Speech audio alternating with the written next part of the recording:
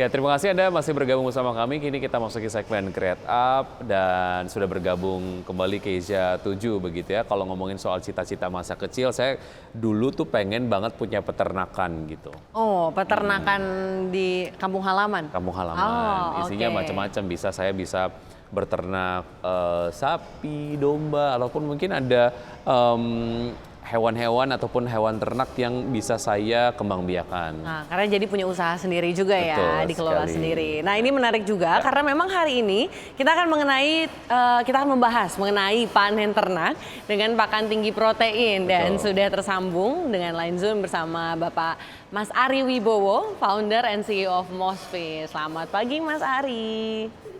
Selamat pagi. Ya, apa kabar Mas Ari? Alhamdulillah baik. Baik, terima Sehat kasih selalu. sudah bergabung bersama kami dan Mas Ari, kita langsung saja berbincang ya. Sebetulnya bagaimana Anda melihat kebutuhan pakan protein untuk pakan protein yang kandungan proteinnya tinggi begitu ya untuk hewan budidaya, sejauh ini kebutuhannya itu seperti apa? Oke, kita ngambil case ya di tahun kemarin, awal Mos berdiri itu kan kita budidaya ikan lele. Nah, itu teman-teman kita itu ada sekitar 100 pembudidaya. Mereka ini memilih untuk pindah ke alternatif karena pakan pelet itu udah mulai melambung tinggi kan. Jadi misalkan kita asumsikan harga peletnya itu 15.000 per kilo kan. Nah, sedangkan ikan lele itu butuh 1:1 untuk bisa tumbuh. Nah, dari situ harga lele itu nggak signifikan. Jadi harga lele itu harga jualnya di 17.000. Nah, kita tuh kayak, wah ini kalau kita pakai pelet kita bakal kolaps nih teman-teman kayak gitu kan. Akhirnya saya belajar maggot, saya implementasikan pakai maggot nih. Kita riset 6.000 ekor di tahun 2022 gitu kan. Kita riset 6.000 ekor, ternyata perkembangannya bagus. Cuman memang agak lebih molor 2 minggu seperti itu. Berarti ini bahan utamanya apa? Maggot yang diperoleh dari mana?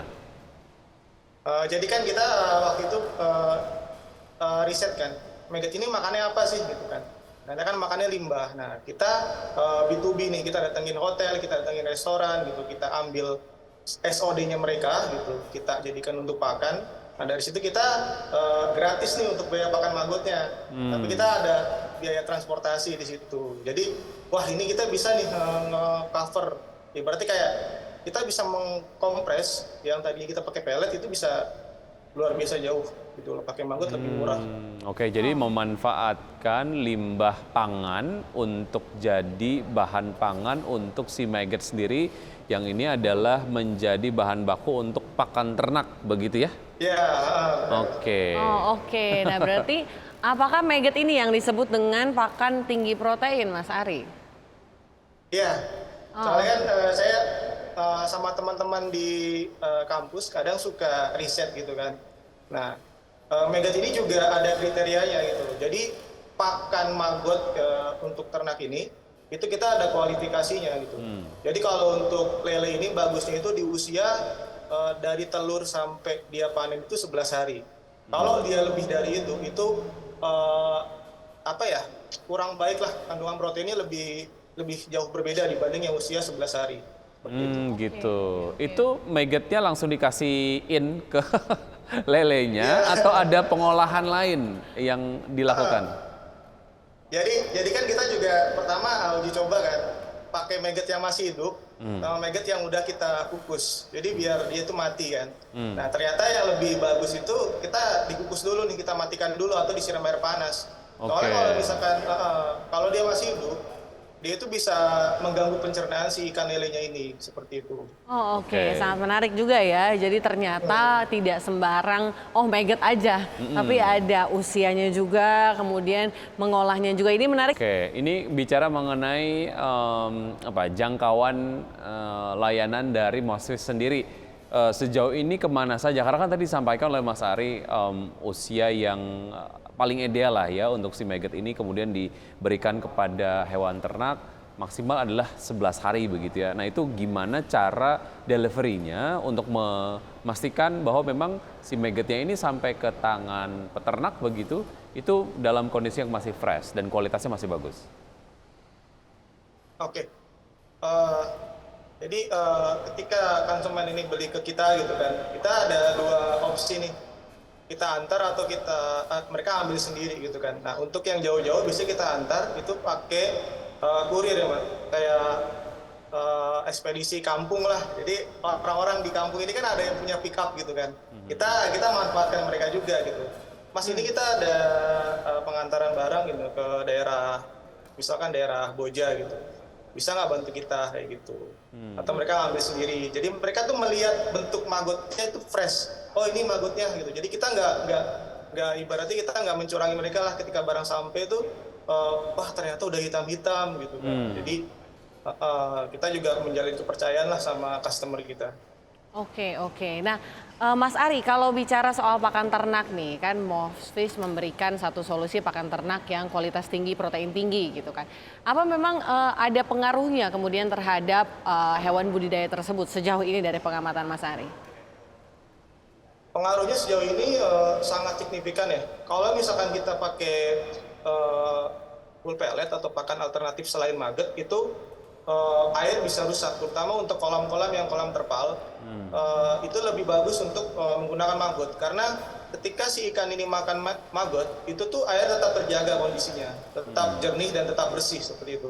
Nah kalau misalkan kita pakai pellet, pellet itu kan dia bentuknya butiran ya. Nah butiran ini kadang suka Hancur. luruh gitu, suka hancur. Nah itu bisa mempengaruhi kualitas air dan itu bisa mengganggu kesehatan dan ibaratnya kegesitan si ikan itu gitu. Oke, dan Signifikan juga ya, karena secara kualitas dari dagingnya sendiri untuk si ikan ataupun lele yang dibudidayakan pada saat mengkonsumsi maggot yang diproduksi oleh Mosfish itu seperti apa? Nah itu saya juga pernah nyoba juga kan. Jadi saya full pellet gitu kan. Saya ambil yang full pellet terus ambil yang full maggot gitu kan. Ternyata nggak jauh berbeda. Cuma memang waktu kita full maggot itu ada kekurangan. Ternyata nggak bisa nih kita full maggot gitu. Jadi harus dimix dengan makanan yang lain gitu ya? Oke, baik Mas Ari, nampaknya kita mengalami gangguan sinyal dengan Mas Ari. Iya. Tapi kemudian jawaban yang sudah disampaikan cukup komprehensif lah ya, Iya. cukup memberikan kita gambaran seperti apa bisnis dari Mosfish sendiri. Baik, Mas Ari, sukses untuk Mosfish karena waktu kita terbatas. Apapun targetnya ke depan, semoga bisa tercapai begitu ya. Thank you Mas Ari. Terima kasih Mas Ari. Oke, terima kasih. Baik, dan pemirsa sebelum kita akhiri Power Breakfast hari ini kita akan simak terlebih dahulu update dari pergerakan IHSG dari awal pembukaan sesi 1 hingga saat ini. IHSG masih bergerak di zona positif dengan penguatan 0,4%, Jakarta Life Summit Index menguat 0,42% dan LQ45 menguat 0,59%. Selanjutnya kita akan simak dari top gainers. Ada BBRI, BBCA, kemudian Telkom, dan Antam. Setelah itu saham-saham yang masuk dalam jajaran top losers diantaranya adalah BP, BSBK, kemudian TINS, dan juga ada Medco dengan pelemahan masing-masing seperti yang Anda dapat saksikan di layar televisi. Dari pergerakan sektoral, kita simak ada konsumsi primer yang menguat, juga barang baku masing-masing 0,96%, 0,52%. Sementara sektor kesehatan dan teknologi mengalami pelemahan 0,06% dan 0,03%. Ya pemirsa, 90 menit sudah kami menemani Anda dalam Power Breakfast. Ya, semoga pembahasan hari ini dapat menjadi referensi dan sumber informasi untuk Anda. Tetap perbarui informasi Anda hanya di IDX Channel, your trustworthy and comprehensive investment reference. Saya Wiki Adrian. Dan saya Keisha 7. See you in the morning. Hujan.